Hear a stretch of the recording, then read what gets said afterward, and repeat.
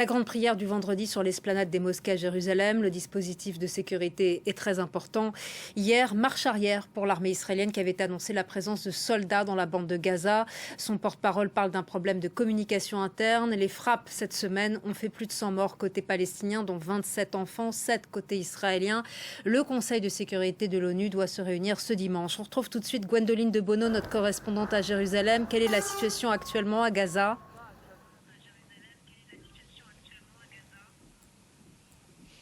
Alors d'abord, effectivement, l'armée israélienne a commencé une offensive d'ampleur hier soir et cette offensive, elle se poursuit. Hier soir, il y avait 180 avions de combat engagés avec l'appui des chars, l'appui des mortiers, l'appui des hélicoptères. C'est énorme, c'est une offensive massive qui se poursuit. Donc même s'il n'y a pas de troupes au sol engagées à l'intérieur de Gaza, comme l'armée l'avait pourtant dit un peu plus tôt dans la soirée. Alors l'objectif pour l'armée, c'est de détruire le réseau souterrain de tunnels du Hamas à travers cette offensive. Ce que rapporte l'armée, c'est que 150 cibles liées au Hamas ont déjà été détruites avec cette offensive.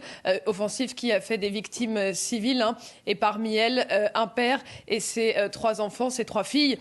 L'offensive, selon l'armée, de cette opération qui s'appelle Gardien des murs, va se poursuivre. Et par ailleurs, en ce moment, les sirènes d'alerte à la roquette, retentissent toujours dans le sud d'Israël. Et dans les villes mixtes, la tension reste maximale ?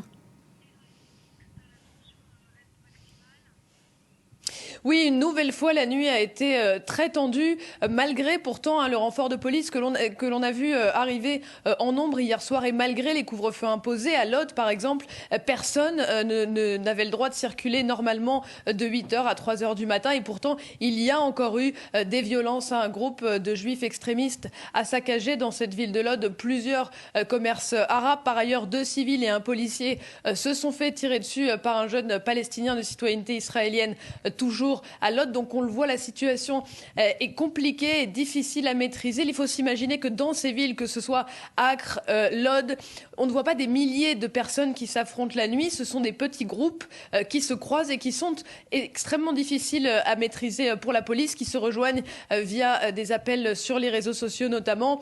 Et d'ailleurs, un gradé de la police a accusé tout à l'heure le député kahaniste Itamar Ben-Gvir, c'est un suprémaciste juif ouvertement raciste, d'être responsable de toutes ces violences dans les villes mixtes. Et c'est vrai qu'à chaque fois qu'il y a des points de tension, on voit souvent ces supporters apparaître et venir jeter de l'huile sur le feu. Et ce que dit la police aujourd'hui, c'est qu'elle n'a absolument pas les moyens de lutter contre ça.